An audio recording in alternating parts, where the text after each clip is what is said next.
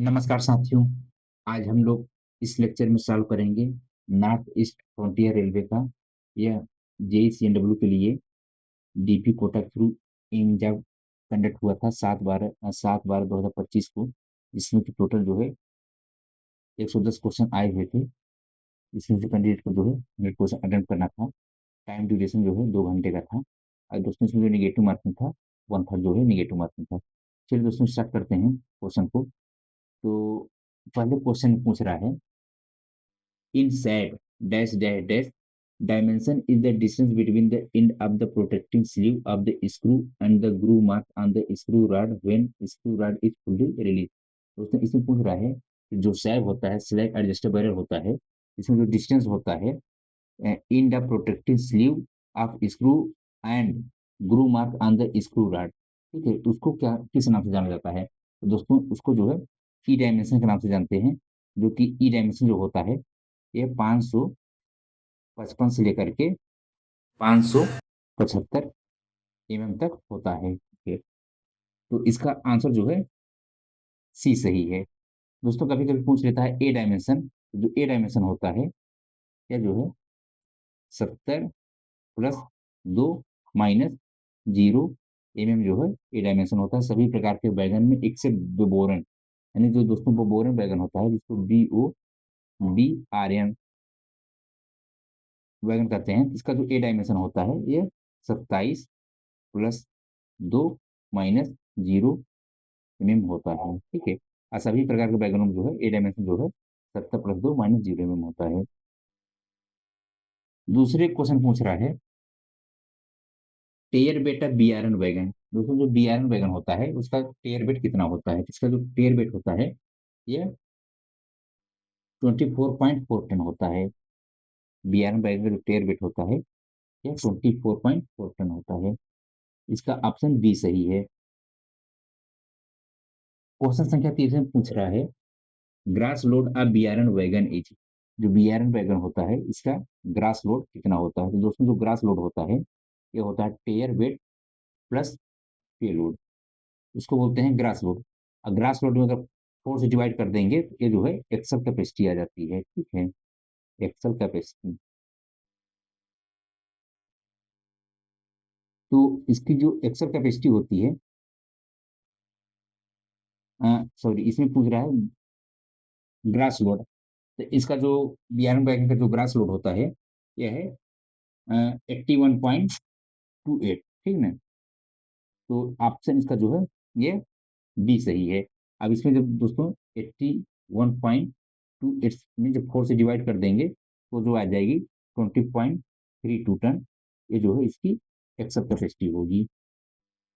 तो इसका ऑप्शन जो है 3 का बी सही है। क्वेश्चन संख्या 4 में पूछ रहा है, what is the interval for cleaning post water tank, यानी कि पोस्ट में जो वाटर टैंक होता है तो उसको कितने इंटरवल के बाद जो है उसको साफ सफाई की जाती है उसमें। तो इसको जो साफ सफाई की जाती है ये जो है 1 मंथ में किया जाता है। इसका आंसर जो है 4 का यह सी सही है।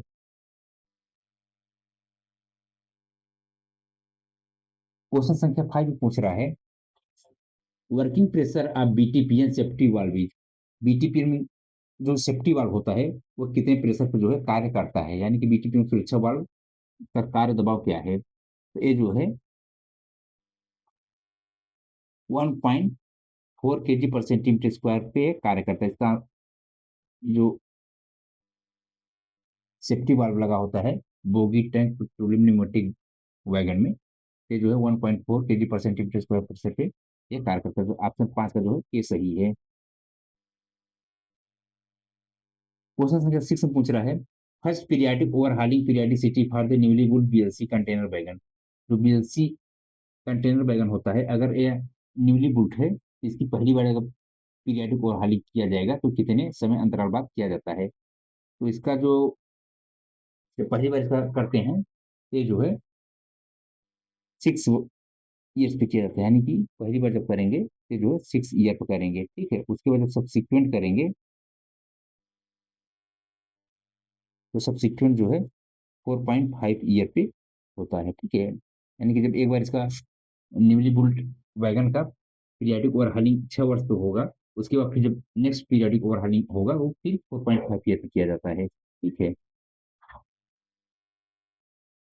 क्वेश्चन संख्या 7 में पूछ रहा है, which of the following is true regarding anaerobic bacteria.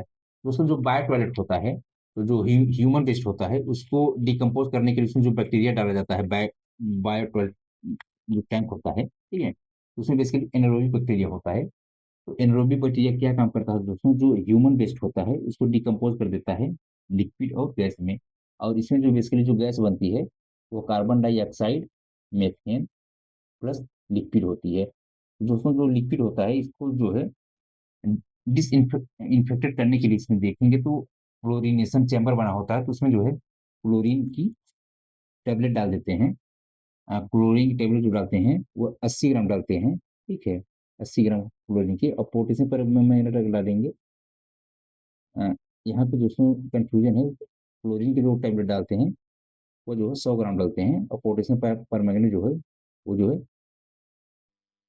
80 ग्राम डालते हैं। ठीक है। तो इसे पूछ रहा है कौन सा ट्रू है एनरोबिक बैक्टीरिया के रिगार्डिंग। तो दोस्तों जो एनरोबिक बैक्टीरिया होता है it can survive without oxygen, यानी कि बिना ऑक्सीजन को भी ये सर्वाइव कर सकता है। ठीक है। ये जो है इस ऑप्शन के रिगार्डिंग जो है 7 का ए सही है।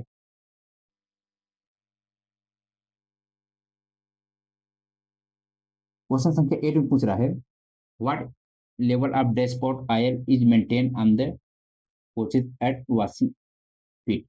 तो दोस्तों जो डैशपोर्ट होता है तो उसमें जो ऑयल रखा जाता है, यानी जो उसमें तेल का जो लेवल होता है उसको कितना रखना चाहिए। इसमें जो तेल का लेवल है उसको 40 mm से कम नहीं रखना चाहिए। ठीक है, आंसर 8 का जो है ये सी सही है।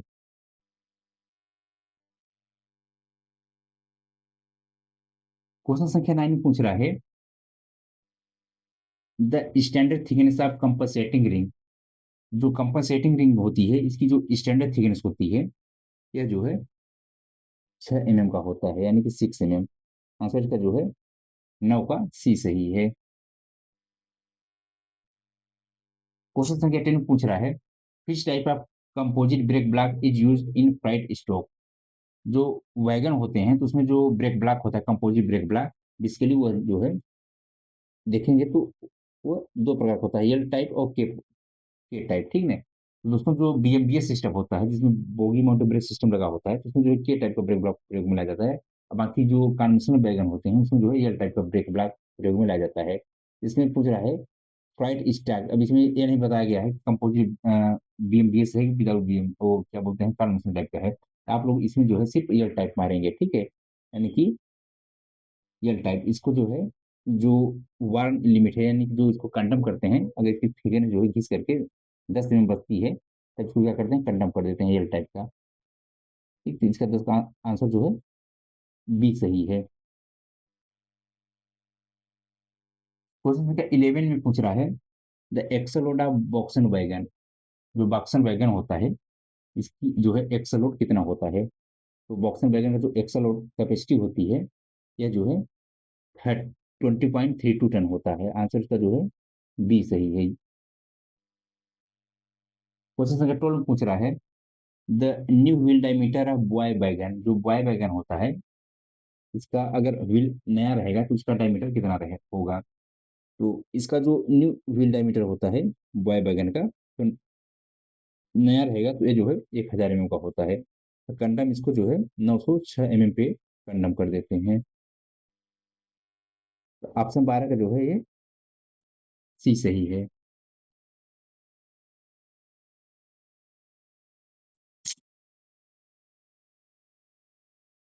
क्वेश्चन संख्या 13 पूछ रहा है,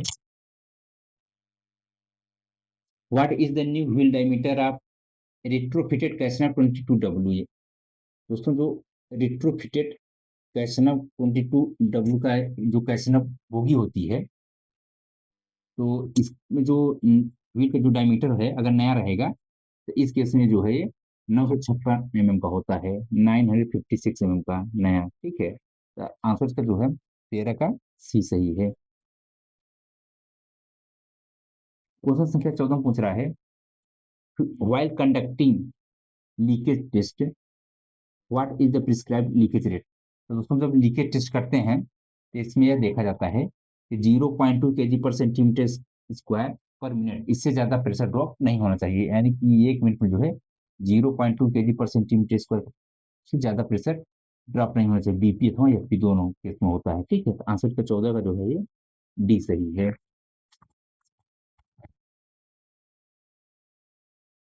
क्वेश्चन संख्या 15 पूछ रहा है component in LHB coach bring BP pressure to zero during emergency brake application।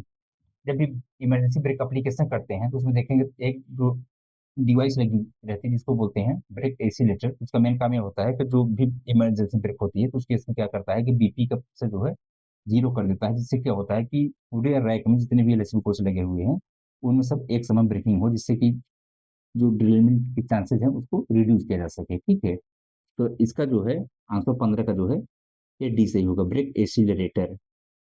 जब भी ब्रेक एक्सीलरेटर दोस्तों एक्टिवेट होता है तो इससे देखेंगे तो बहुत तेज एयर ब्लास्ट होता है, ठीक है ना, और जो है यहाँ से जब बीपी का प्रेशर बहुत तेजी से ड्रॉप होता है तो जो है एयर ब्लास्ट होता है। और दोस्तों इमरजेंसी ब्रेक कहते हैं, इमरजेंसी ब्रेकिंग होती है यानी कि 1.5 से लेकर के 3 केजी पर सेंटीमीटर स्क्वायर प्रेशर अगर ड्रॉप होता है 3 सेकंड के अंदर, उसको बोलते हैं इमरजेंसी ब्रेक एप्लीकेशन। तो आंसर 15 का जो है डी सही है।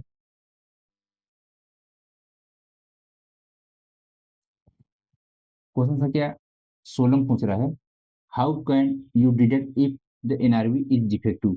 जो ना रिटर्न वाल्व होता है तो आप कैसे डिटेक्ट करेंगे कि जो है ये डिफेक्टिव है। तो अगर आप लोग यहाँ देखेंगे इसको तो by checking FP pressure so in get only when BP is connected. अगर आप बीपी का प्रेशर जो है सिर्फ बीपी को कनेक्ट कर दे रहे हैं तो अगर नॉन रिटर्न वाल्व डिफेक्टिव होगा तो क्या होगा, तो जो एफपी का गेज है उसमें जो है प्रेशर बढ़ने लगेगा, इसका मतलब जो है प्रेशर जो है ये रिटर्न आ रहा है, यानी कि एआर से प्रेशर जो है रिटर्न आ रहा है एफपी में, इसका मतलब जो है एनआरवी जो है वो खराब है। तो 16 का आंसर जो है वो ए सही है।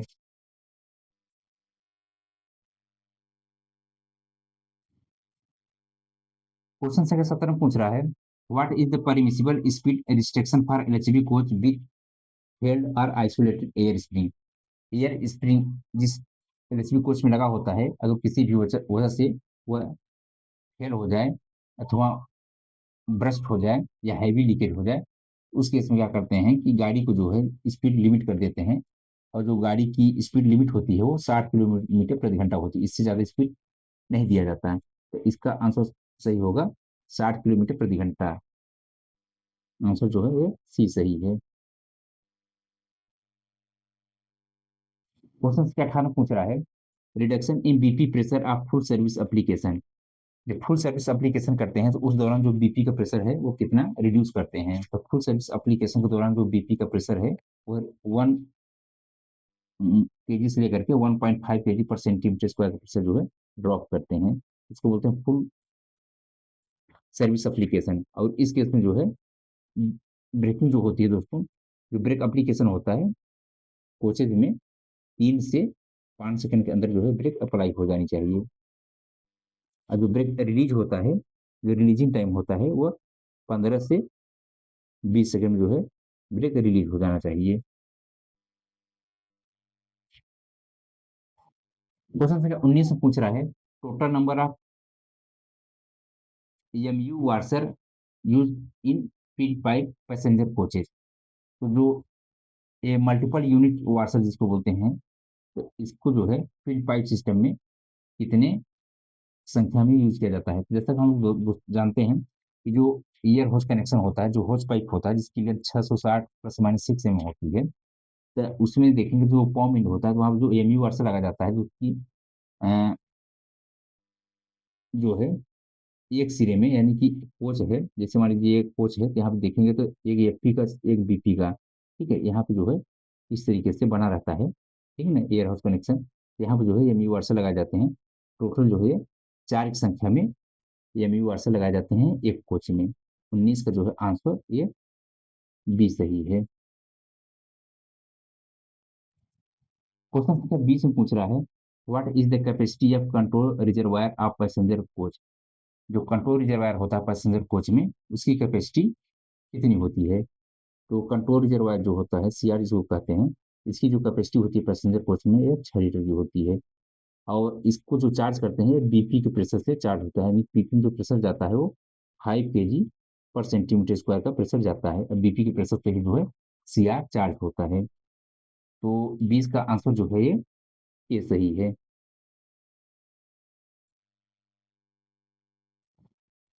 क्वेश्चन संख्या 21 पूछ रहा है, what what should be the effective maximum pressure in brake cylinder during full service application. तो जब भी फुल सर्विस एप्लीकेशन होता है तो उस दौरान जो है ब्रेक सिलेंडर में जो मैक्सिमम प्रेशर जाता है यह जो है 3.8 प्लस माइनस 0.1 kg पर सेंटीमीटर स्क्वायर प्रेशर जाता है, यानी कि 3.8 प्लस माइनस 0.1 kg पर सेंटीमीटर स्क्वायर प्रेशर जाता है, ये आईसीएफ का जो कोच होता है, ठीक है उसमें। तो इसका आंसर जो है सी सही है। और दोस्तों जो एलएचबी कोच होता है, तो एलएचबी कोच में जो ब्रेक सिलेंडर प्रेशर जाता है 3 प्लस माइनस 0.1 kg पर सेंटीमीटर स्क्वायर प्रेशर जो है एलएचबी कोचिंग जाता है, ठीक है। आंसर इसका जो है 21 का सी सही है। क्वेश्चन संख्या 22 पूछ रहा है, control reservoir is mounted on the face of. जो कंट्रोल रिजर्वायर होता है किसके मुख पे लगा होता है? यह जो है जो कंट्रोल रिजर्वायर होता है, जो कॉमन पाइप ब्रैकेट होता है उसके मुख पे लगा होता है। तो 22 का जो आंसर जो है ये बी सही है।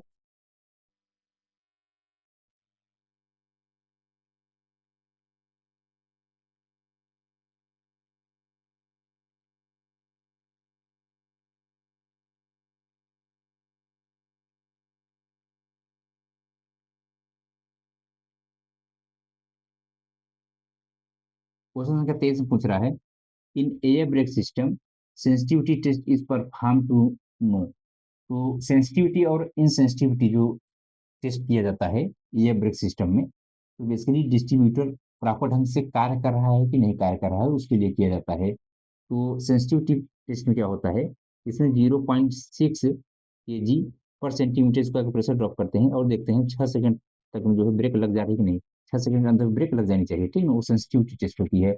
और इन सेंसिटिविटी टेस्ट में क्या होती है, इसमें जो है 0.3 kg पर सेंटीमीटर स्क्वायर प्रेशर ड्रॉप होता है और देखते हैं 60 सेकंड तक ब्रेक नहीं लगनी चाहिए, ठीक है। ये जो है इनसेंसिटिविटी टेस्ट होती है। तो इसका आंसर सही होगा वर्किंग ऑफ डिस्ट्रीब्यूटर वाल्व।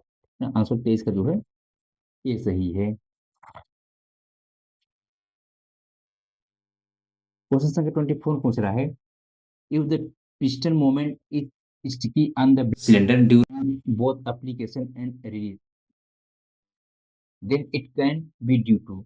दोस्तों अगर पिस्टन जो है पिस्टन का मूवमेंट अगर स्टिक कर गया है ब्रेक सिलेंडर में ड्यूरिंग मतलब कि एप्लीकेशन और रिलीज के दौरान, इसका मेन कारण क्या हो सकता है? इसका जो बेसिकली मेन कारण ये हो सकता है कि जो हेक्सागोनल नट है नॉट इक्वली टाइटन, यानी कि हेक्सागोनल नट जो है एक समान रूप से टाइट कसे नहीं गए हैं, ठीक है।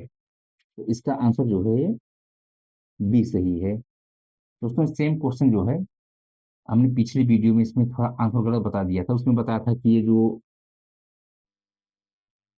रबर पैकिंग बताया था, ठीक है, तो गलत था। इसका आंसर यही सही होगा, hexagonal nut not equally tighten, यानी जो हेक्सागोनल नट है समान रूप से टाइट नहीं किया गया है, इसलिए जो है वह जो है स्टिक कर गया है। क्वेश्चन संख्या 25 पूछ रहा है, in LHB coach what is the size of screw required for installation lever mounting. तो एलएचबी कोच में देखेंगे जो साइज होती है इंस्टॉलेशन लीवर की, इस इंस्टॉलेशन लीवर माउंटिंग की, ये जो है इसकी जो साइज होती है M10x16, यानी कि इसका आंसर सही होगा यहाँ पे सी।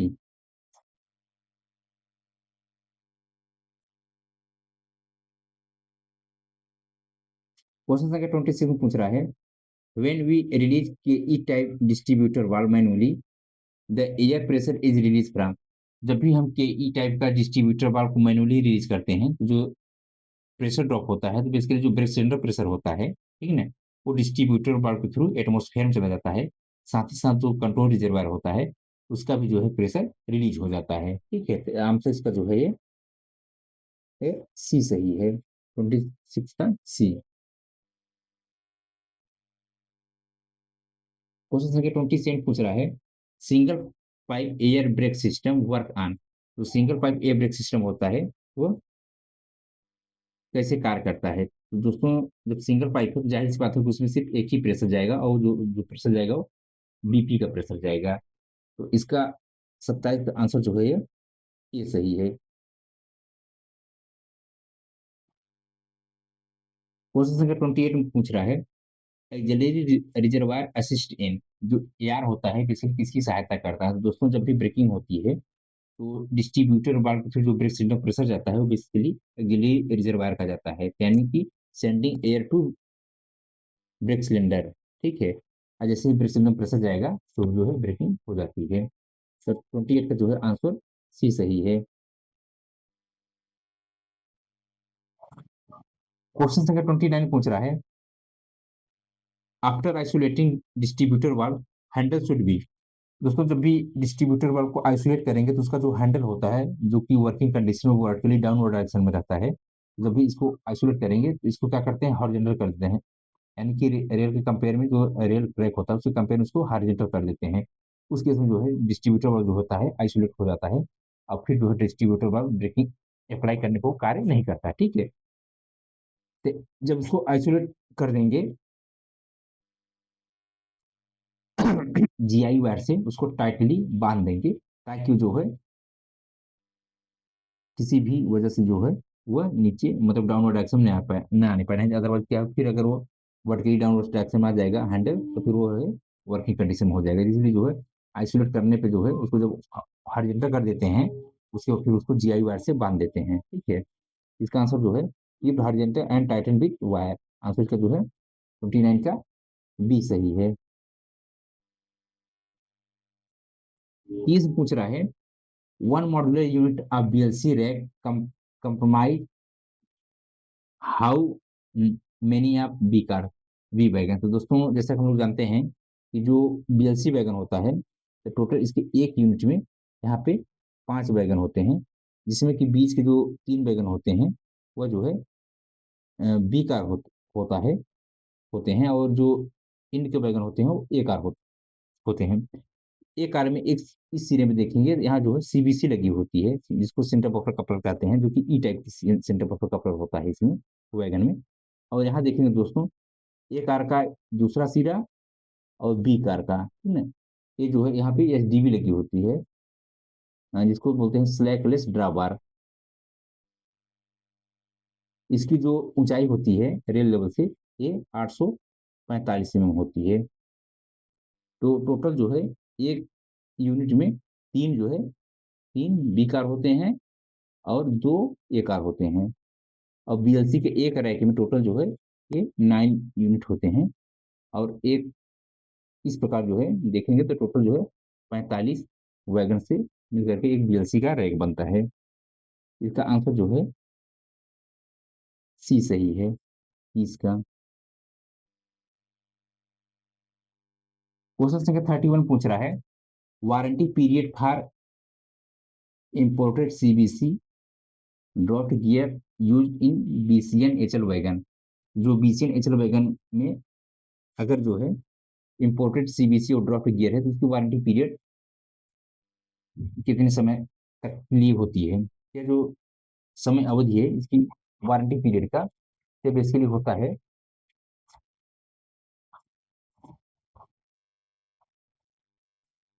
72 month from the date of delivery, और 60 month from the date of fitment. यानी कि जब उसको फिट किया गया वैगन में तो फिटमेंट से 60 महीना और डिलीवरी से 72 महीना। ठीक ना, तो इसका जो ऑप्शन 31 का डी सही है, यानी कि both B and C.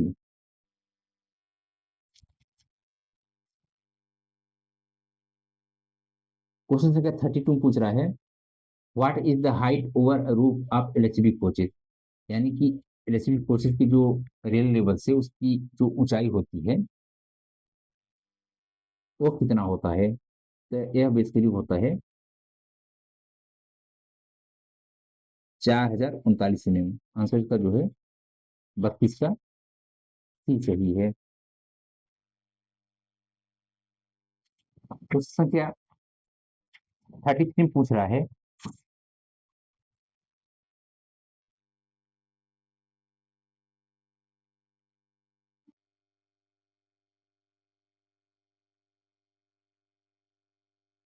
The BPC of CC rake become invalid if more than wagons are detach. अगर बीपीसी जो है, जो क्लोज सेक्शन रैक होता है, इसका इनवैलिड हो जाएगा जब जो है इतने नंबर ऑफ वैगन जो है डिटेच कर दिए जाएंगे। तो दोस्तों इस केस में जो है, अगर चार नंबर ऑफ वैगन जो है अटैच अथवा डिटेच किए जाते हैं, तो इसके तो सीसी रैक की जो बीपीसी वैलिडिटी होती है वो क्या होती है, इनवैलिड हो जाती है। ठीक है ना? तो 35 का ऑप्शन जो है यहाँ पे सी सही है। ठीक है। क्वेश्चन नंबर 34 पूछ रहा है, in LSB course FIBA activate when the pressure in any air spring fall below. तो जो फीवा डिवाइस होता है वो तभी एक्टिवेट होता है जब भी एयर स्प्रिंग का जो प्रेशर होता है, अगर 1 kg/cm² से जब नीचे आता है, तुरंत जो है फीवा डिवाइस एक्टिवेट हो जाता है और जो है बीपी का प्रेशर जो है ड्रॉप होने लगता है और पूरे रैक में जो है ब्रेकिंग हो जाती है। और जहां से फीवा डिवाइस एक्टिवेट होता है वहां से जो है बहुत तेजी से हिसिंग नॉइज आती है। तो जो है दोस्तों, जो फीवा डिवाइस लगाया जाता है इसका मेन काम होता है फेलियर इंडिकेशन का ब्रेक एप्लीकेशन। जो ड्राइवर होता है, ठीक है, अगर किसी भी वजह से अगर जो एयर इसमें ब्रस्ट हो जाए या हैवी लीकेज हो जाए, ठीक है, तो क्या होता है दोस्तों की जो एलएसपी कोच होता है जिसमें की फीवा डिवाइस लगाई जाती है, ठीक है, तो बेसिकली जो है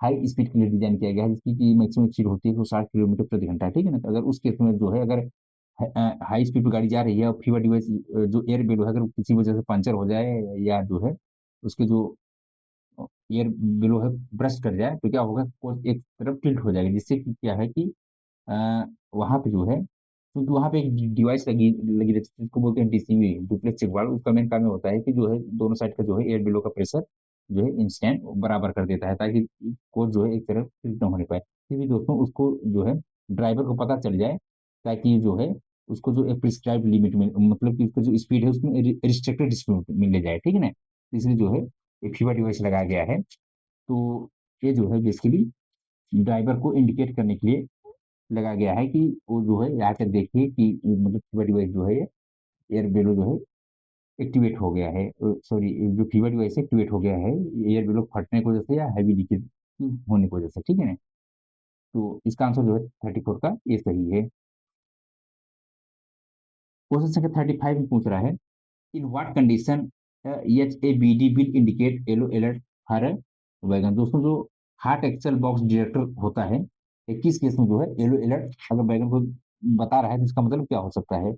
अगर इसका अगर येलो अलर्ट दिखा रहा है तो इसका मतलब क्या होगा? तो इसका मतलब हो सकता है दोस्तों, जो येलो अलर्ट होता है बेसिकली ये जो होता है, इसका मतलब ये है कि इसके जो एक्सल है, ठीक है, any axle box temperature is 60 to 65 degree, यानी कि किसी भी एक्सल का बॉक्स जो टेम्परेचर है वो 60 डिग्री से ज्यादा है, यानी 60 डिग्री से 65 डिग्री के बीच में। ठीक है? और साथ ही साथ दोस्तों, difference difference between the axle box temperature of same axle is 60 to 20 degree, यानी कि सेम एक्सल में जो दोनों साइड के टेम्परेचर देखेंगे, जो वो एक्सेल बॉक्स होता है, तो 16 डिग्री से लेकर के 20 डिग्री का अंतर दिखेगा। ठीक है ना? तो यानी इन दोनों कंडीशन में जो है येलो अलर्ट दिखाता है। ठीक है? जो एच होता है और हॉट एक्सेल बॉक्स डिटेक्टर वो येलो अलर्ट बताता है। तो यानी 35 का जो है ऑप्शन जो है ये सी सही है।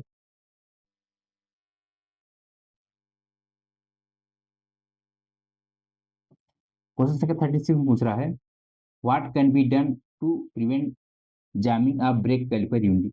दोस्तों जो ब्रेक कैलिपर यूनिट होती है उसको जाम होने से प्रिवेंट करने के लिए क्या करना चाहिए? तो इसको ये करना चाहिए कि जो है रेगुलर जो है cleaning and lubricating middle pin है, जो मिडिल पिन होता है उसको रेगुलर जो है साफ सफाई करते रहना चाहिए, साथ ही साथ जो है उसको लुब्रिकेट भी करना चाहिए। तो छत्तीस का जो है आंसर है ये सही है।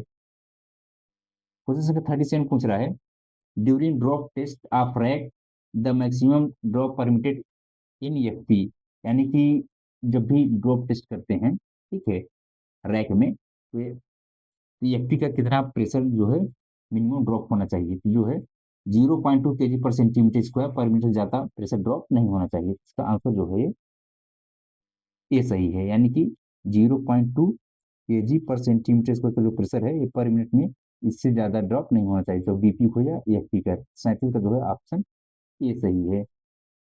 क्वेश्चन नंबर 38 पूछ रहा है, इन के in case of brake binding what should be check first, यानी कि जब ब्रेक बाइंडिंग होता है तो सबसे पहले हमको क्या चेक करना चाहिए, तो सबसे पहले हमको यह चेक करना चाहिए यहाँ पे break binding in one trolley, यानी कि ब्रेक बाइंडिंग जो है एक ट्रॉली में है, कि break binding in both trolley, यानी कि ब्रेक बाइंडिंग जो है दोनों ट्रॉली में है, या break binding on one wheel set, यानी कि जो ब्रेक बाइंडिंग है एक एक्सल में है, ठीक है। अथवा जो है यहाँ पे जो है तो इसका जो ऑप्शन जो है ये डी सही है। दोस्तों जो भी ब्रेक बाइंडिंग होती है तो होता क्या है कि इसमें जो ब्रेक सिलेंडर का प्रेशर होता है वह जो है प्रॉपर ढंग से रिलीज नहीं हो पाता, जिससे क्या होता है वो चिपका रहता है, ठीक है ना, ब्रेक डिस्क में। अगर ये जो है एलएचबी का कोच है तो जो ब्रेक डिस्क होगा होगा उस चिपका रहेगा ब्रेक पर, ठीक है। और प्रॉपर ढंग से प्रेशर नहीं रिलीज हो पाने के कारण जो है ब्रेक बाइंडिंग हो जाती है। ब्रेक बाइंडिंग के कई कारण हो सकते हैं, जैसे सीआर जो होता है, जो कंट्रोल रिजर्वायर होता है, अगर इसको जो है इंजन से अगर ज्यादा चार्ज कर दे, ओवर चार्ज कर दें, ठीक है, तो एक क्या है ब्रेक बाइंडिंग केसेस पर हो सकते हैं, क्योंकि जो दोस्तों अगर पूरे रैक में ब्रेक बाइंडिंग होती है तो जो सीआर जो है ओवरचार्ज होने की वजह से होता है, ठीक है। अब ब्रेक बाइंडिंग जो है पूरे रैक में भी हो सकता है, ब्रेक बाइंडिंग जो है रैक के दो चार कोचेज में हो सकता है, या ब्रेक बाइंडिंग एक कोच में हो सकता है, या ब्रेक बाइंडिंग एक कोच के एक ट्रॉली में हो सकता है, या एक ट्रॉली के जो है एक एक्सल सेट में, यानी कि एक एक्सल पे हो सकता है, यानी कि एक व्हील सेट में हो सकता है, ठीक है। तो इस प्रकार का ऑप्शन 38 का जो है डी सही है। क्वेश्चन संख्या 39 पूछ रहा है, in case of brake caliper jam what action should be taken to release the brake. अगर ब्रेक कैलिपर अगर जाम है, ठीक है ना, ब्रेक कैलिपर अगर जाम है तो हमको सबसे पहले क्या करना चाहिए। इस केस में जो है सर्वप्रथम जो करना चाहिए, remove the brake caliper pivot pin, यानी कि जो पीवोट पिन होता है उसको रिमूव करें, ठीक है। ऑप्शन जो है 39 का जो है ये बी सही होना चाहिए।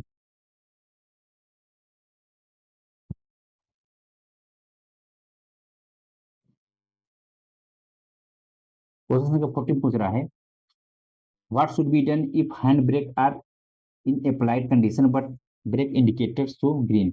अगर हैंड ब्रेक अप्लाइड कंडीशन में है और ब्रेक इंडिकेटर अगर वो ग्रीन शो कर रहा है तो इसका मतलब क्या हो सकता है, तो इसका मतलब ये हो सकता है कि जो check check the BP check the pressure in pressure tank, जो प्रेशर टैंक में चूंकि जो ब्रेक इंडिकेटर में जो प्रेशर जाता है, ठीक है, वो जो एक देखेंगे जो पावर कार होता है तो उसमें दो सीआर टैंक लगे होते हैं, ठीक है ना, एक जो होता है जो प्रॉपर ब्रेकिंग के लिए होता है और एक जो होता है इसके लिए होता है हैंड ब्रेक के लिए। और दूसरा इसमें हो सकता है checking the leakage of parking brake line, यानी जो पार्किंग ब्रेक लाइन है उसमें लीकेज हो, या checking the setting of cable, यानी जो केबल की उसकी जो सेटिंग है वो प्रॉपर ढंग से नहीं है, ठीक है। इसका आंसर जो है ये उपरोक्त सभी, यानी कि 40 का आंसर जो है ये डी सही है।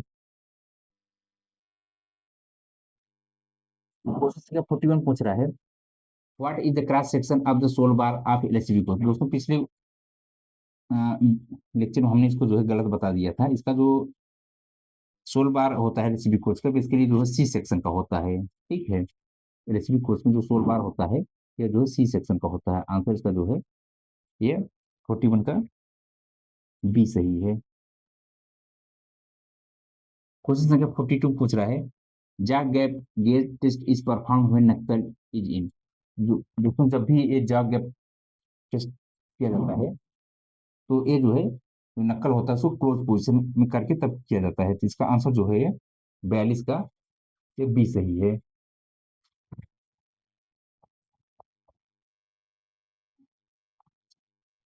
क्लोज पोजीशन, यानी कि 42 का ए सही है।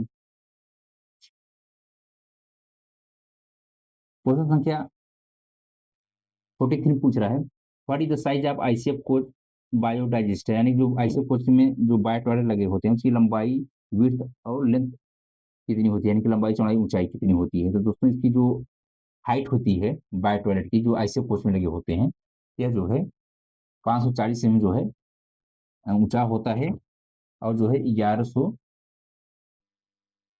50 में जो है ये लंबा होता है और 720 में जो है ये चौड़ा होता है, ठीक है ना। आंसर इसका जो है ये बी सही है।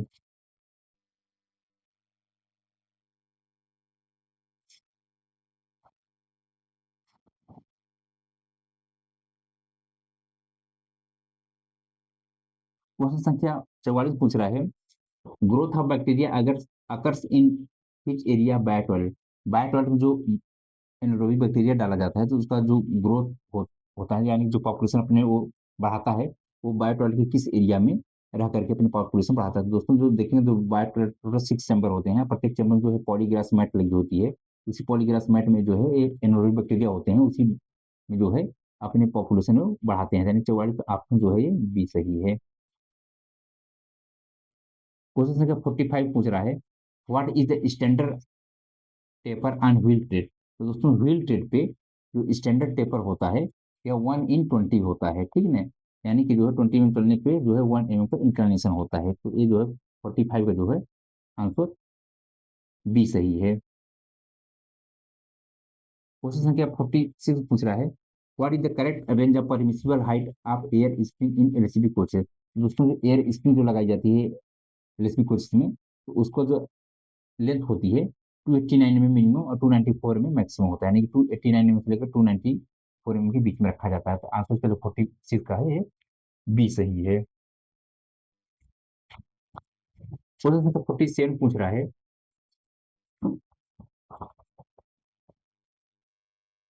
Condition of grease in anti roll bar should be check during. तो जो एंटी रोल बार में जो ग्रीसिंग किया जाता है, ठीक है, तो उसका जो है कितने समय इंतराल बाद, यानी कितने समय अवधि बाद उनको चेक करना चाहिए। तो इसको जो है सभी शेड्यूल में, यानी कि D1 शेड्यूल जो ट्रिप शेड्यूल होता है, D2 शेड्यूल जो मंथली शेड्यूल होता है, और D3 शेड्यूल जो कि 6 महीना प्लस माइनस 15 दिन करते हैं, ठीक है, तीनों शेड्यूल में चेक करना चाहिए। तो 47 ऑप्शन जो है ये डी सही है। क्वेश्चन संख्या 48 में पूछ रहा है, grease of anti roll bar should be replace during. तो इसमें जो ग्रीस रिप्लेस किया जाना चाहिए एंटी रोल बार में, वह जो है D2 शेड्यूल में किया जाना चाहिए, यानी कि ऑप्शन का जो है बी सही है। D2 शेड्यूल जो होता है ये 1 मंथ प्लस माइनस 3 दिन पे किया जाता है। ये जो है 48 का ऑप्शन जो है बी सही है।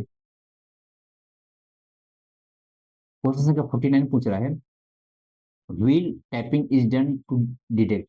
यानी कि व्हील टैपिंग से क्या पता किया जाता है। तो ये व्हील टैपिंग जो करते हैं, इससे पता करते हैं एनी क्रैक्स, अगर किसी भी प्रकार की दरार होगी तो उससे पता चल जाता है। तो 49 का आंसर जो है ये सही है। क्वेश्चन संख्या 15 पूछ रहा है, through which memo theft and damage of incoming train are jointly reported. यानी कि जो मेमो नंबर है RS, अगर कोच में थेफ्ट यानी चोरी हुई है अथवा कुछ डैमेज हुआ है, नुकसान हुआ है, तो संयुक्त रिपोर्ट के लिए कौन सा मेमो दिया जाता है। तो मेमो नंबर इसमें होता है RS 18, ठीक है।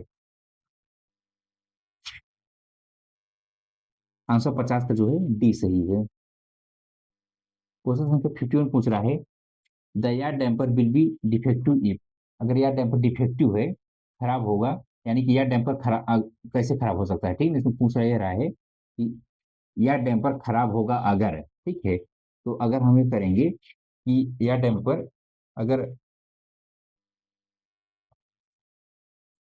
आई होल बुश क्रैक बैडली, यानी जो आई होल होता है अगर बहुत बुरी तरीके से टूट गया है तो भी यह डैम्पर खराब हो सकता है। Any bolt is missing a broken, अगर कोई बोल्ट टूटा हुआ हो या गायब हो तो उस केस में भी जो है यह डैम्पर खराब हो सकता है। यानी कि उपरोक्त ए और बी दोनों सही है। इसका ऑप्शन ऑप्शन का जो है 51 का यह सी सही है। क्वेश्चन संख्या 52 पूछ रहा है, checking functionality of brake equipment and hand brake equipment should be done during. तो इसका दोस्तों किया जाता है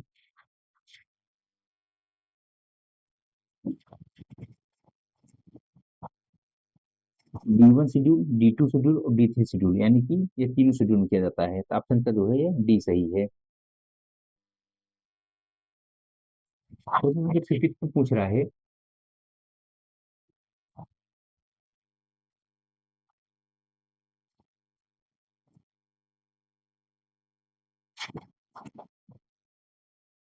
checking of crack, damage of spring is done in. तो इसको जो है तीनों शेड्यूल में किया जाता है check, D1 schedule, D2 schedule और D3 शेड्यूल, यानी कि ऑप्शन 53 का जो है ये सी सही है। किसी भी प्रकार का क्रैक अथवा डैमेज जो स्प्रिंग होता है, जो कॉइल स्प्रिंग होती है प्राइमरी अथवा सेकेंडरी, ये जो है तीनों शेड्यूल में किया जाता है। तो 53 का ऑप्शन सी सही है। क्वेश्चन नंबर 54 पूछ रहा है, checking of trade diameter and wheel of profile is done in, यानी कि जो ट्रेड डायमीटर और व्हील प्रोफाइल का जो चेक किया जाता है, ये बेसिकली किस शेड्यूल में किया जाता है? ये जो है जो D2 शेड्यूल होता है और जो D3 शेड्यूल होता है, यानी कि जो 1 मंथ पे होता है और जो 6 मंथ पे होता है, ठीक है, इन दोनों में किया जाता है, यानी कि व्हील प्रोफाइल के साथ साथ जो व्हील डायमीटर का जो चेक करते हैं, D2 और D3 शेड्यूल में किया जाता है। चौवन का जो है ऑप्शन ए डी सही है। क्वेश्चन संख्या 55 पूछ रहा है, inspection of seat, luggage rack etcetera is done in. तो इसको जो इंस्पेक्शन किया जाता है, ये बेसिकली D2 और D3 शेड्यूल में किया जाता है। 55 का जो है ऑप्शन बी सही है।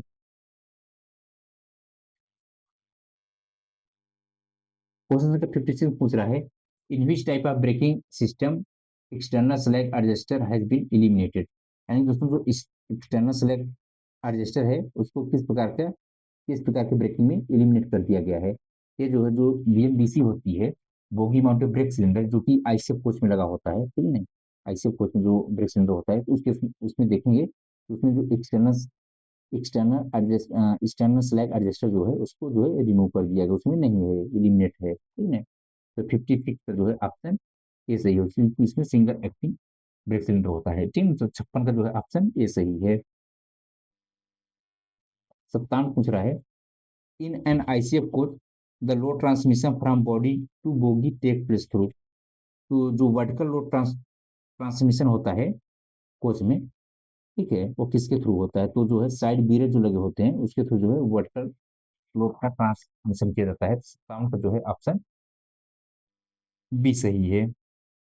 क्वेश्चन संख्या 58 पूछ रहा है, the longitudinal moment of under carriage of 140 ton crane is called. दोस्तों जो लॉन्गिट्यूडनल मोमेंट होता है 140 टन क्रेन में, इसको बेसिकली किस नाम से जाना जाता है? इसमें देखेंगे दोस्तों, जो लॉन्गिट्यूडनल मोमेंट होता है उसको बेसिकली ट्रेवलिंग कहते हैं, ठीक है ना। तो ऑप्शन का जो 48 का जो है ये बी सही है।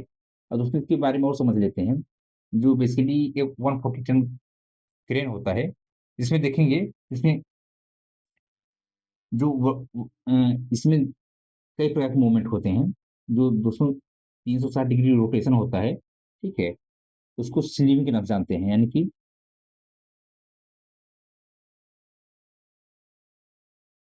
जो स्लीविंग होता है, यानी कि 360 डिग्री का जो रोटेशन होता है, ठीक है ना, उसको स्लीविंग के नाम से जानते हैं।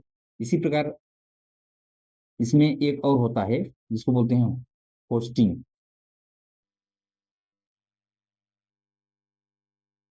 इसमें जो वर्टिकल लिफ्ट करते हैं, ठीक है, जो वर्टिकल डायरेक्शन लिफ्ट करते हैं,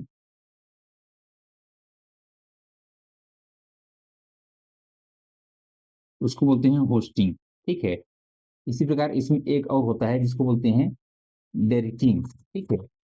यहाँ आगे हम देख रहे हैं, जो यहाँ पे दिया हुआ है डेरिकिंग। इसमें बेसिकली क्या होता है, राइज एंड लोअर द जिब, यानी जो देखेंगे जो 140 टन का जो क्रेन होता है उसमें जो जिब होती है, ठीक है ना, तो अगर उसको जो है राइज करेंगे, यानी कि उठाएंगे या डाउन करेंगे, इन अप और डाउन डायरेक्शन जो होता है, यानी कि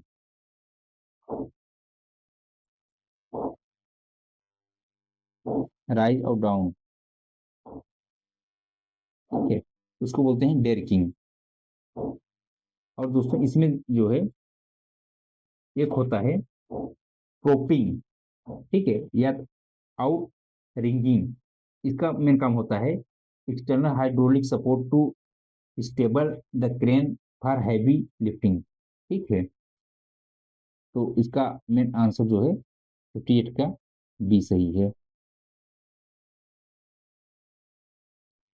क्वेश्चन संख्या 59 पूछ रहा है, stock verification is in which form number, यानी जो स्टॉक को वेरिफिकेशन किया जाता है किस फॉर्म नंबर, वो कौन सा फॉर्म नंबर यूज किया जाता है? तो स्टॉक वेरिफिकेशन करने के लिए जो फॉर्म नंबर बेसिकली यूज करते हैं, ये बेसिकली होता है यस 1260, ठीक है ना।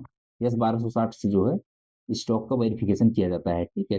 59 का जो ऑप्शन जो है बी सही है। क्वेश्चन संख्या 60 पूछ रहा है, M&P machine and plant item are verified in. तो दोस्तों जो मशीन और प्लांट्स के जो आइटम होते हैं इसको जो है 3 साल में एक बार वेरीफाई करना चाहिए। 60 का आंसर जो है ये डी सही है।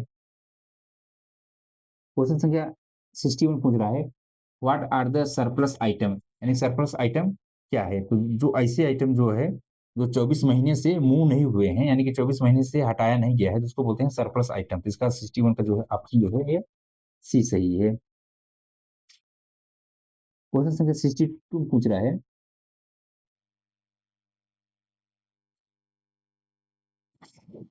The chain and wire rope use in 140 ton crane are sent to workshop once in.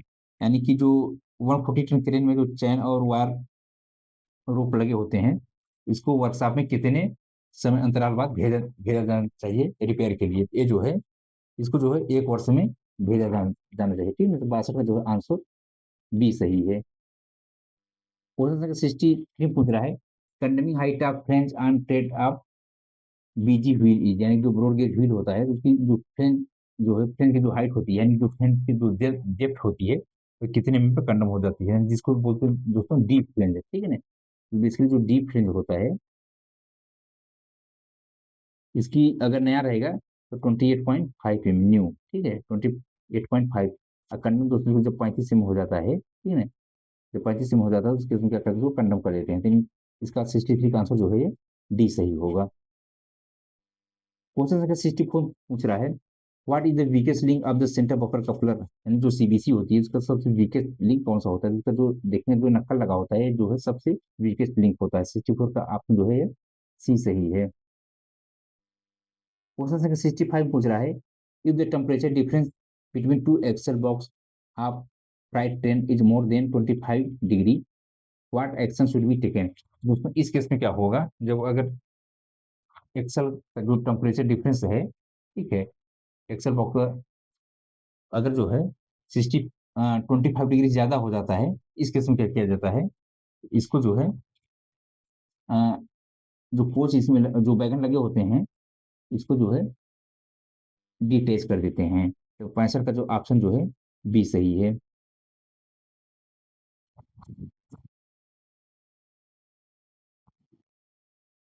Question संख्या 66 पूछ रहा है, what is the permissible limit of the flat tyre in ICF coach.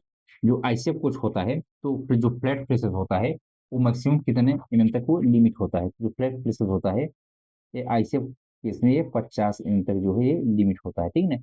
अगर ये वैगन होता है तो वैगन केस में जो फ्लैट प्रेशर होता है ये 60 एमएम, मैक्सिमम जो है 60 एमएम तक अलाउ है। तो इसके बाद जो है तो कंडम कर देते हैं। तो 66 का जो है ऑप्शन जो है ये बी सही है, 50 एमएम।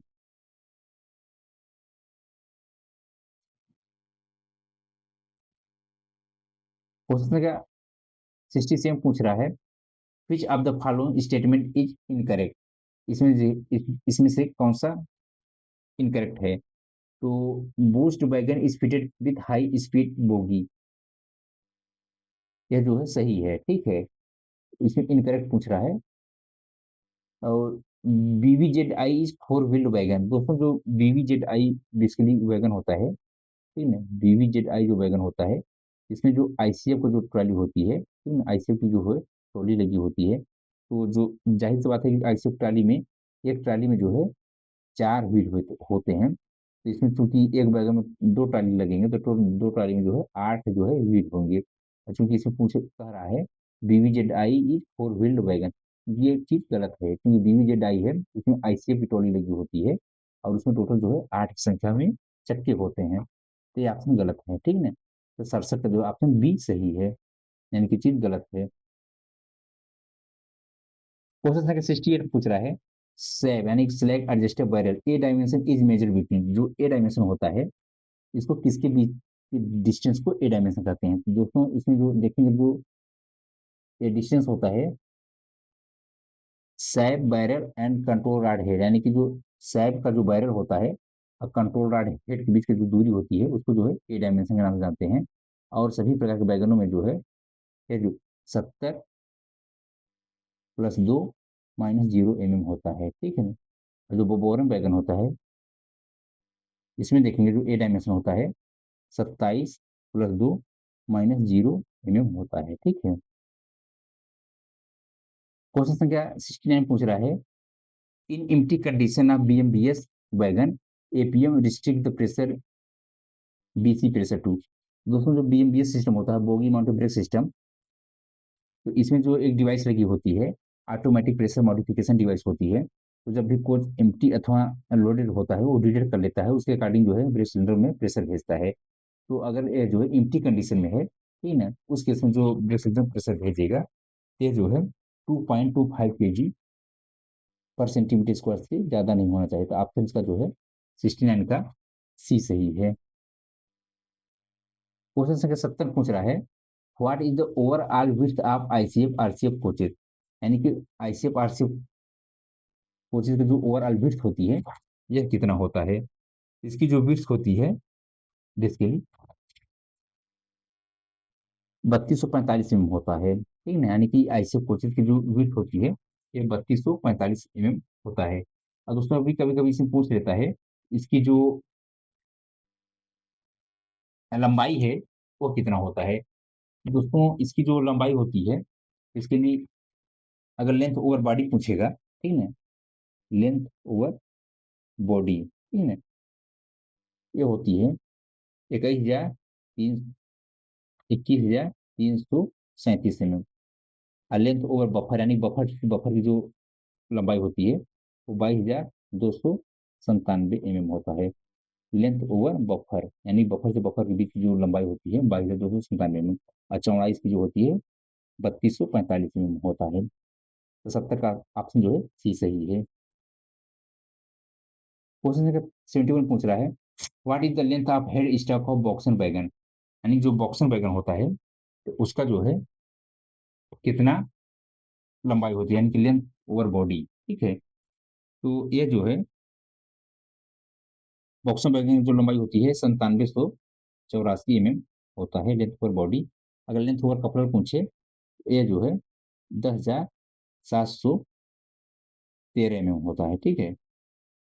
लेंथ ओवर कपलर यानी कपलर कपलर के बीच डिस्टेंस होती है, यानी जो लंबाई होती है 10,713 और जो इसी बॉडी की लंबाई पूछा जाए लेंथ ओवर बॉडी, ये जो है 9784 इसका ऑप्शन जो है बी सही है।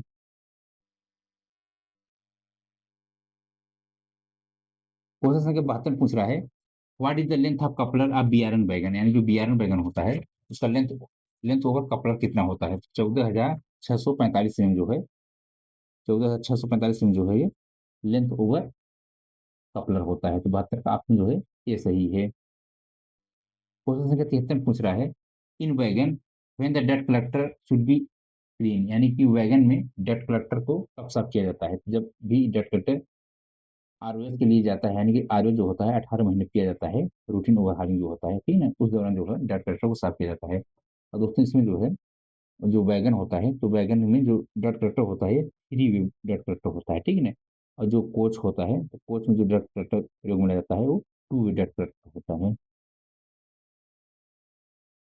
क्वेश्चन संख्या 74 पूछ रहा है, thickness of trough floor of ICF RCF coaches, यानी दोस्तों जो थ्रो फ्लोर होता है आईसीएफ आरसीएफ कोचेज में, उसकी जो थिकनेस है यह कितना होता है? तो ये बेसिकली जो है लगभग 3 का होता है, ठीक है ना। आंसर उसका जो 74 का बी सही है।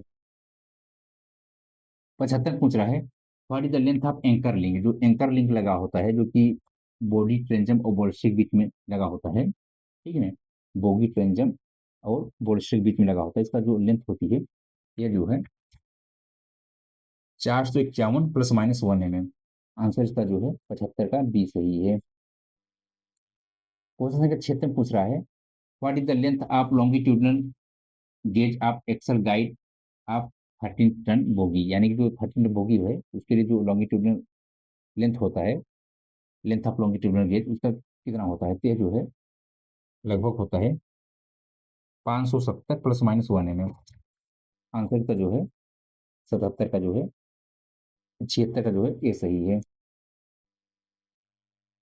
क्वेश्चन संख्या 77 पूछ रहा है, which RDSO technical component is refer to find instruction for inspection and maintenance of Casnub bogie. इसके लिए जो टेक्निकल कॉम्पोनेंट निर्धारित किया गया है आरडीएसओ की तरफ से वो जो है G95। आंसर का जो है 77 का सी सही है। क्वेश्चन संख्या 78 पूछ रहा है किस type of side bearer are fitted in casnub 22W bogie, यानी जो कैसन कैसन की 22W बोगी होती है उसमें किस प्रकार का साइड बीरर लगा होता है। इसमें जो साइड बीरर लगा होता है बेसिकली वो होता है रूलर टाइप का, ठीक है ना। आंसर का जो है 78 का बी सही है। क्वेश्चन संख्या 79 पूछ रहा है what type of pivot is used in Casnub 22WM 22NL and other type of Casnub trolley. तो इसमें जो सेंटर पीओट यूज किया जाता है बेसिकली यह जो है स्फेरिकल टाइप का होता है, ठीक है ना। UIC spherical type. आंसर इसका जो है बी सही है। क्वेश्चन संख्या 80 पूछ रहा है what is the dimension of new narrow jaw adapter bore seat to crown seat. तो इसकी जो डायमेंशन होती है न्यू नैरोजा एडाप्टर की bore seat to crown seat के बीच की ये होता है लगभग 26.2 mm। आंसर इसका जो है 80 का बी सही है। क्वेश्चन संख्या 81 पूछ रहा है condemning limit of narrow jaw adapter bore seat to crown seat. इसकी जो कंडेमी लिमिट होती है यह होता है लगभग 22.7 mm। आंसर इसका जो है सी सही है। क्वेश्चन संख्या 82 पूछ रहा है permissible variation in wheel tread diameter for four wheel trolley in a same axle and broad gauge. तो ये जो है सेम एक्सल आप ब्रॉड गेज के लिए पूछ रहा है। तो सेम एक्सल में जो है चाहे वह वैगन हो या कोच हो उसमें जो है 0.5 mm से ज्यादा वेरिएशन नहीं होना चाहिए व्हील के डायमीटर में, ठीक है। और सेम ट्रॉली में और सेम ट्रॉली में अगर यह जो है कोच है तो कोच में जो है सेम ट्रॉली में जो है 5 mm चलता है, ठीक है। और सेम अगर कोच में अगर बात करें सेम कोच में बात करें ये जो है 13 mm चलता है, इससे ज्यादा वेरिएशन नहीं होना चाहिए। यही चीज अगर वैगन पूछा जाए तो सेम ट्रॉली यानी सेम बोगी के लिए जो है 13 mm और सेम वैगन के लिए जो है 25 mm, ठीक है ना।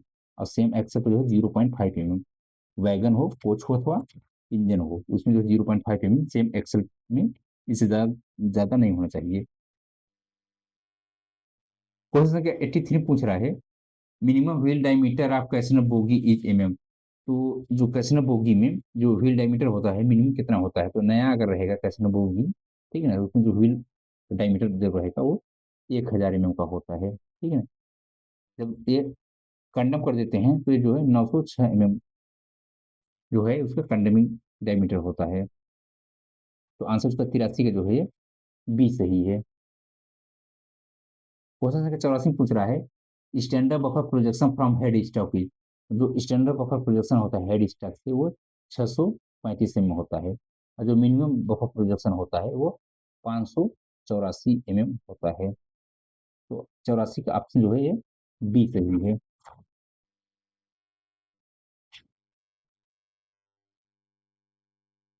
क्वेश्चन संख्या 85 पूछ रहा है in passenger train the diameter of brake pipe and feed pipe is. तो दोस्तों क्योंकि पैसेंजर ट्रेन अभी यहाँ पे जो है इसमें ही दर्शाया है कि आईसीएफ अथवा एचबी कोच, ठीक है ना। तो जो आईसीएफ अगर कोच रहेगा, ठीक है ना, अगर आईसीएफ कोच रहता है इसके जो बीपी और एफपी का जो मेन पाइप होता है उसका जो डायमीटर होता है वो 25 mm होता है, ठीक है ना। और एलएचबी कोच रहेगा तो इसका जो डायमीटर अब जो नए कोचेज आ रहे हैं एलएचबी वो 28 mm को होते हैं। आई मतलब एफपी और बीपी के, ठीक है। क्योंकि इसमें 25 mm भी दिया हुआ है 28 mm भी दिया हुआ है और इसमें यह नहीं बताया है कि आईसीएफ है कि एलएचबी कोच है। तो इसमें से जो है ऑप्शन ए और डी में से कोई भी एक सही हो सकता है, ठीक है। आप लोग अपना कमेंट में बताइएगा कि इसका मेन सुटेबल आंसर क्या होगा। क्वेश्चन संख्या 86 पूछ रहा है torque value of brake caliper mounting voltage. तो जो ब्रेक कैलिपर माउंटिंग बोल्ट होता है उसके लिए टार्किंग वैल्यू कितना होना चाहिए। तो इसके लिए जो टार्किंग वैल्यू होना चाहिए ये जो है 170 न्यूटन मीटर होना चाहिए। तो 86 का जो है ऑप्शन जो है ये बी सही है। क्वेश्चन संख्या 87 पूछ रहा है what is the purpose of dump valve.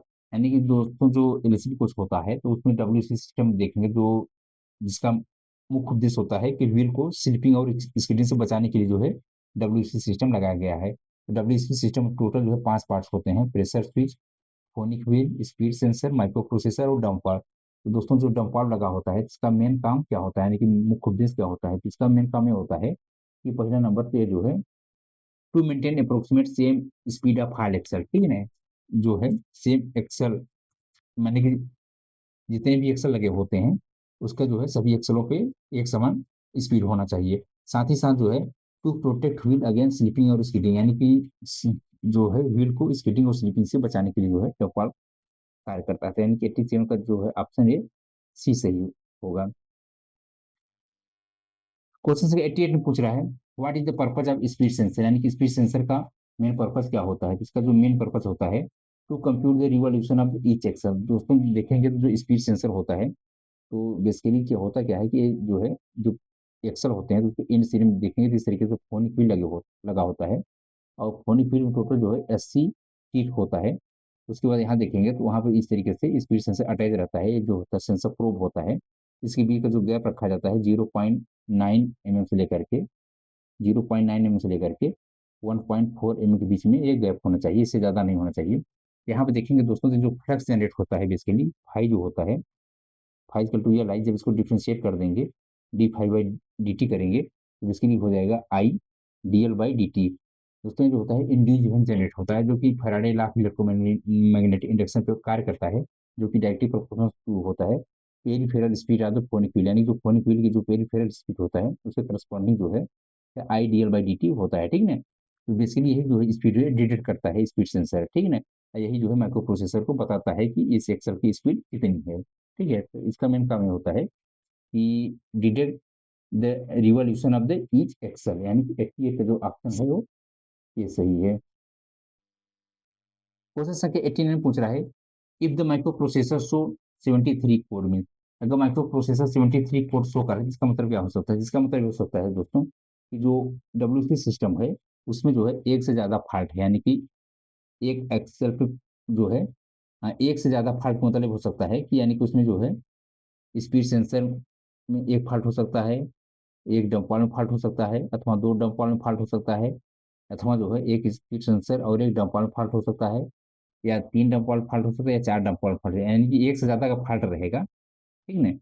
तो उस जो है उसका कोड जो है 73 आएगा, ठीक है। उसके अकॉर्डिंग फिर जो है जो जिसका फॉल्ट रहेगा, अगर स्पीड सेंसर फॉल्ट रहेगा पहले एक्सल का, दूसरे एक्सल का, तीसरे एक्सल, चौथे एक्सल का, उसके अकॉर्डिंग जो है उसमें कोड आता है। इसी प्रकार डंप वाल में अगर फॉल्ट रहेगा पहले एक्सल पे, दूसरे एक्सल पे, तीसरे एक्सल पे अथवा चौथे एक्सल पे, तो उसका जो है वो कोड आता है, ठीक है। तो उसे डिटेक्ट किया जाता है कि हमारे स्पीड सेंसर में फॉल्ट है कि डंप वाल में फॉल्ट है और कितने कौन कौन से इसमें फॉल्ट है, ठीक है। 73 रहेगा तो इसका मतलब कि permanent fault on several axle, ठीक है, यानी कि एक से ज्यादा एक्सल पे अगर परमानेंट फॉल्ट रहेगा तो इसका कोड जो है 73 आएगा।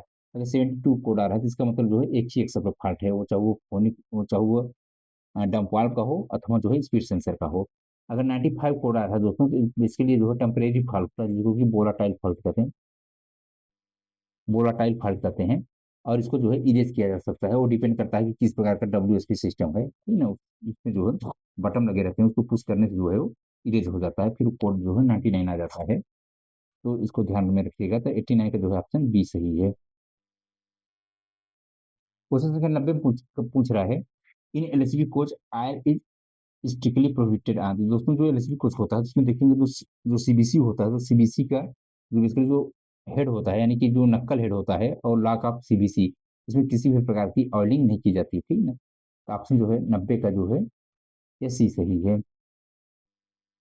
क्वेश्चन संख्या 91 पूछ रहा है piston stroke of brake cylinder of LSB coach, यानी दोस्तों जो एलएसबी कोच में देखिए जो ब्रेक सिलेंडर लगा होता है जिसका जो पिस्टन स्ट्रोक होता है यह बेसिकली कितना होता है। तो हम जैसे जानते हैं कि जो एलएसबी में जो ब्रेक सिलेंडर लगा होता है इसका जो पिस्टन स्ट्रोक होता है तो इसका जो वर्किंग पिस्टन स्ट्रोक होता है, यानी कि वर्किंग जिस पिस्टन वो स्ट्रोक पे कार्य करता है, ये जो मिनिमम जो है यानी कि मिनिमम जो है ये 10 mm होना चाहिए, ठीक है ना, यानी कि 10 mm। अब मैक्सिमम इसका जो पिस्टन स्ट्रोक होता है, यानी कि जो मैक्सिमम पिस्टन स्ट्रोक होता है ये 21 mm होता है, ठीक है ना। यानी कि वर्किंग जो पिस्टन स्ट्रोक है वो 10 mm और मैक्सिमम पिस्टन स्ट्रोक जो है 21 mm होता है। अब अगर ऑप्शन में जो है 21 और 10 दोनों दिया हुआ है तो आपको 21 ही करना पड़ेगा, ठीक है ना, 21, क्योंकि इसका हर जगह जो है 21 ही रहता है। अब यहाँ चूंकि वर्किंग पूछ रहा है कि वर्किंग जो है पिस्टन स्ट्रोक कितना है, तो इसमें 8 से 10 में आप कर सकते हैं, ठीक है। इसका जो है कैमरे का ऑप्शन ए सही है। अब मैक्सिमम इसका जो पिस्टन स्ट्रोक होता है वो 21 mm होता है एलएचबी कोच में। और इसका जो ब्रेक सिलेंडर का डायमीटर होता है एलएचबी कोच में, ये 10 इंच का होता है, ठीक है। और इसमें जो प्रेशर जाता है वो बेसिकली जो है, इसमें जो प्रेशर जाता है इसके ब्रेक सिलेंडर में, वो जो है 3 ± 0.1 kg पर सेंटीमीटर स्क्वायर प्रेशर इसमें जाता है। तो कैमरे का ऑप्शन जो है ये सही है। क्वेश्चन संख्या 12 पूछ रहा है, two coaches with S type CBC will definitely couple if. दोस्तों अगर दो कोचेज में सेंटर बफर कपलर है, ए आर टाइप का high tensile centre buffer coupler है, तो कपल होने के लिए निश्चित रूप से कौन सा कंडीशन होनी चाहिए।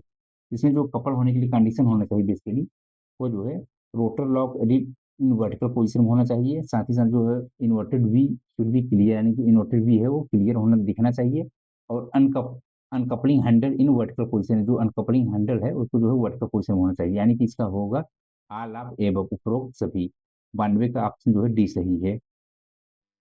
क्वेश्चन संख्या 93 पूछ रहा है, इन अ सीबीसी या LCB code jaw gap gauge test is perform when the knuckle is in. तो नक्कल, ये जो है जा गैप गेज जो है तभी परफॉर्म किया जाता है जब नक्कल जो है क्लोज पोजीशन में हो, ठीक है ना। आप आंसर इसका जो है 93 का जो है ये सही है।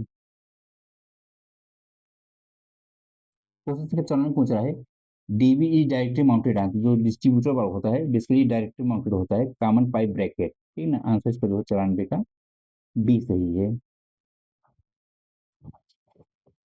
क्वेश्चन संख्या 95 पूछ रहा है, in BLC container wagon for decreasing and increasing the brake power ratio during the empty और loaded condition of the wagon which device is use. दोस्तों यहाँ पे देखेंगे तो इसमें जो बेसिकली डिवाइस यूज किया जाता है उसको बोलते हैं ऑटोमेटिक लोड सेंसिंग डिवाइस। इसमें जो है लोड के अकॉर्डिंग जो है वो सेंस कर लेता है कि हमारा जो वैगन है वो लोडेड है अथवा एम्प्टी है, ठीक है। उसके अकॉर्डिंग जो है ब्रेक सिलेंडर में प्रेशर भेजता है। तो इसमें डिवाइस के बारे में पूछा जा रहा है, इसको बोलते हैं लोड सेंसिंग डिवाइस। तो दोस्तों जो कन्वेंशनल बैगन लगे होते हैं तो उसमें देखेंगे तो एम्प्टी लोड डिवाइस लगा होता है, तो उसमें कलर कोडिंग किया रहता है, ठीक है ना। उसको जो है मैनुअली हाथ से किया जाता है। अगर जो है एम्प्टी है तो उसको जो येलो तरफ रखेंगे हैंडल को, अगर जो है लोडेड है तो उसको जो है ब्लैक की तरफ रखते हैं, ठीक है ना। अब उसके अकॉर्डिंग जो है ये ब्रेक सिलेंडर में प्रेशर भेजता है। और दोस्तों जो बीएमबीएस सिस्टम होता है उसमें जो डिवाइस लगी रहती है उसको ऑटोमेटिक प्रेशर मॉडिफिकेशन डिवाइस कहते हैं। क्वेश्चन संख्या 96 पूछ रहा है, what is the maximum speed of train in case of hot axle. तो दोस्तों जब भी हॉट एक्सल हो जाता है, यानी कि जब भी जो है एक्सल का टेम्परेचर जो है 80 डिग्री या उससे अधिक हो जाता है उस में जो है हॉट एक्सल कहा जाता है। हॉट एक्सल होने की कंडीशन क्या कहते हैं, तो जो जिस कोच में हुआ है या वैगन हुआ है उसको क्या कहते हैं, डिटेच कर देंगे, ठीक है ना। उसको जो है फिर स्पीड कोई भी रिस्ट्रिक्शन नहीं होता, यानी कि उसको क्या करेंगे, पहले उसको वैगन ऑफ कोच को जो है डिटेच कर देते हैं। तो 96 का जो है ना ना, यानी कि स्पीड पूछ रहा है कि मैक्सिमम स्पीड क्या दिया जाता है, तो इसमें ऑप्शन कोई नहीं, यानी कि पहले उसको वैगन को ही डिटेच कर दिया जाता है। तो 96 का आंसर जो है ये डी सही है। क्वेश्चन संख्या 97 पूछ रहा है, in Casnub of bogie while matching the coil spring the variation of its free height should be maintain not more than. तो दोस्तों जब भी मैचिंग किया जाता है कॉइल स्प्रिंग का कैशन बोगी में, ठीक है, तो जो फ्री हाइट होती है वो जो है 3 mm से ज्यादा वेरिएशन नहीं होना चाहिए। तो 97 का जो आंसर है ये बी सही है। क्वेश्चन संख्या 98 पूछ रहा है, capacity of air spring being used in LHB non AC coaches. तो जो नॉन एसी कोचेज होता है इसमें जो एयर स्प्रिंग बेसिकली प्रयोग में लाया जाता है, तो इसमें जो है 140 किलोमीटर प्रयोग में लाया जाता है, ठीक है ना, जो कि रेड कलर का होता है। इसी प्रकार दोस्तों जो एसी कोच होता है, एसी कोच में जो है 120 किलोमीटर का एयर स्प्रिंग प्रयोग में लाया जाता है, जो कि ग्रीन कलर का होता है। साथ ही साथ दोस्तों जो थर्ड एसी होता है, ठीक है ना, उसमें देखेंगे तो एक स्प्रिंग प्रयोग में लाया जाता है 160 किलोमीटर का। अब जो है सभी प्रकार के इलेक्ट्रिक कोचेज में 160 किलोमीटर के लग के आ रहे हैं, ये जो है बेसिकली ये जो है ऑक्सफोर्ड ब्लू कलर का होता है। ठीक है। तो दोस्तों एक इसी एक कैपेसिटी और होती है, 180 किलो न्यूटन की होती है एयर स्प्रिंग, जो कि ग्रे कलर का होता है।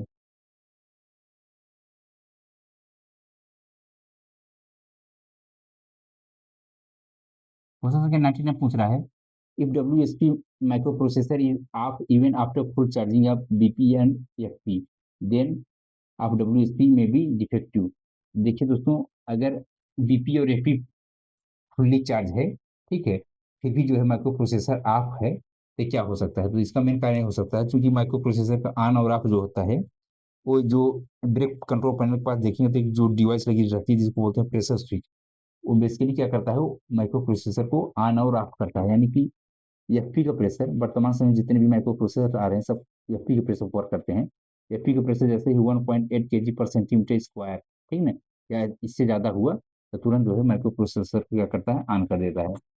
और जब एफपी का प्रेशर हटा लेते हैं, जब कोच जो है पिट लाइन पर खड़ी होती है तो वॉशिंग लाइन पर खड़ी होती है, ठीक है, तो एफपी का प्रेशर जब हटा लेंगे तो क्या होगा, एफपी का प्रेशर घटने लगेगा, जैसे 1.3 केजी पर सेंटीमीटर स्क्वायर अथवा इससे कम हुआ, ठीक है, तो क्या करेगा कि 10 मिनट बाद जो है WSP सिस्टम को बंद कर देता है। ऐसा इसलिए होता है दोस्तों, क्योंकि अगर WSP सिस्टम कंटिन्यूस ऑन रहेगा तो जो बैटरी बैकअप बैकअप के लिए लगाई गई है, ठीक है, वो जो है डिस्चार्ज हो जाएगा, ठीक है ना। तो इसलिए जो है जब WSP सिस्टम में एफपी का प्रेशर रहे, तभी जो है वो ऑन हो WSP सिस्टम।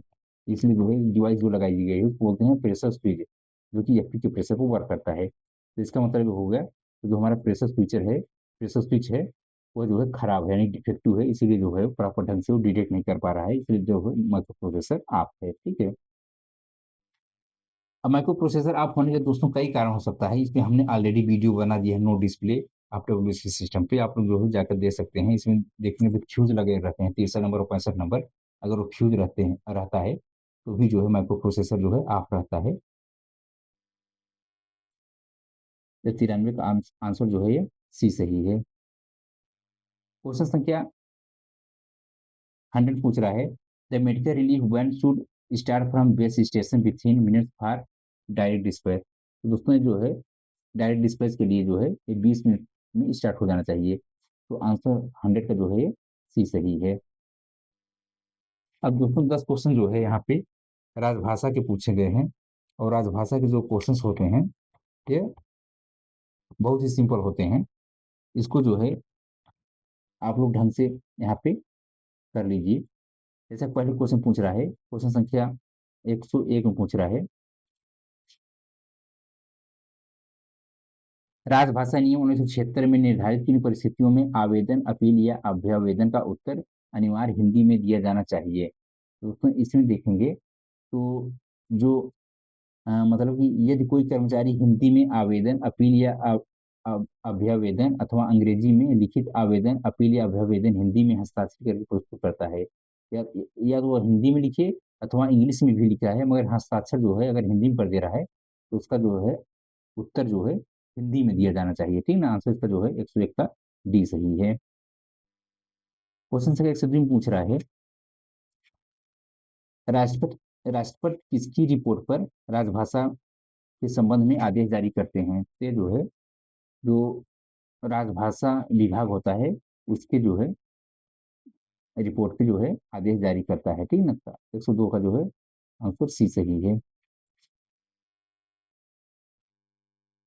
क्वेश्चन संख्या 103 पूछ रहा है, राजभाषा अधिनियम 1963 की धारा 3(3) के अनुसार कितने दस्तावेजों को द्विभाषी रूप में जारी करना अनिवार्य है? तो जो है यहाँ पे देखेंगे तो टोटल नंबर ऑफ दस्तावेज 13 हैं जिनको कि द्विभाषी रूप में जारी करना अनिवार्य होता है। 103 का ऑप्शन ए सही है। क्वेश्चन संख्या 104 में पूछ रहा है, निम्नलिखित में से कौन सा दस्तावेज द्विभाषी रूप में जारी करना अनिवार्य है? इसमें देखेंगे तो जो सामान्य आदेश होता है, संकल्प होता है, अनुबंध होता है, इन सभी को जो है द्विभाषी रूप में जारी करना अनिवार्य होता है। तो इसका जो है ऑप्शन डी सही है।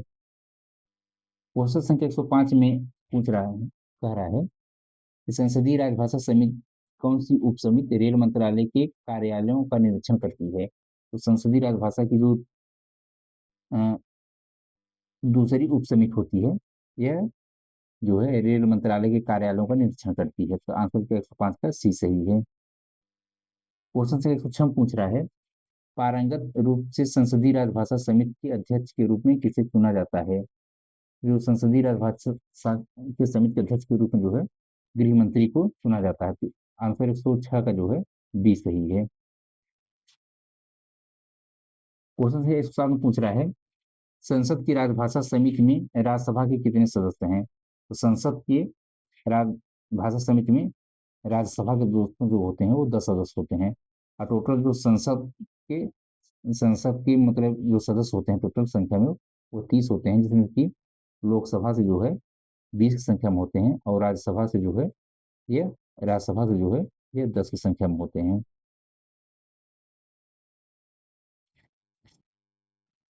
क्वेश्चन संख्या 108 में पूछ रहा है, राजभाषा नियम 1976 में पहला संशोधन किस वर्ष किया गया था? जो पहला संशोधन किया गया था वो 1987 में किया गया था। आंसर इसका जो है डी सही है। क्वेश्चन संख्या 109 पूछ रहा है, राजभाषा नियम 1976 के किस नियम के तहत हिंदी में प्राप्त पत्रों का उत्तर हिंदी में दिया जाएगा? यह जो है रूल नंबर 5 है। ठीक है ना, आंसर इसका जो है बी सी सही है। 109 का सी सही है। क्वेश्चन संख्या 110 पूछ रहा है, राजभाषा नियमों के अनुसार हिंदी के प्रयोग की दृष्टि से राज्यों और केंद्र शासित प्रदेशों के क्षेत्रों के कितने वर्गीकरण किए गए हैं? तो दोस्तों ये जो है टोटल जो है 3 रीजन है, ए रीजन, बी रीजन और सी रीजन, यानी कर क्षेत्र, ख क्षेत्र और ग क्षेत्र। तो आंसर 110 का जो है ये बी सही है। साथियों, अगर आप लोग इस क्वेश्चन पेपर का जो पीडीएफ प्राप्त करना चाहते हैं तो आप हमारे टेलीग्राम चैनल से जुड़ जाइए, जो कि लिंक है CW टेक मैकेनिकल के नाम से है। आप लोग वहां जुड़ करके इस क्वेश्चन का जो है पीडीएफ प्राप्त कर सकते हैं। साथ ही साथ जो है वहाँ पे आपको बहुत सारे स्टडी मटेरियल, नोट्स और प्रीवियस ईयर के पेपर्स मिल जाएंगे। आप लोग जो है उसको वहां से डाउनलोड करके अपना जो है तैयारी अच्छे ढंग से कर सकते हैं। धन्यवाद साथियों।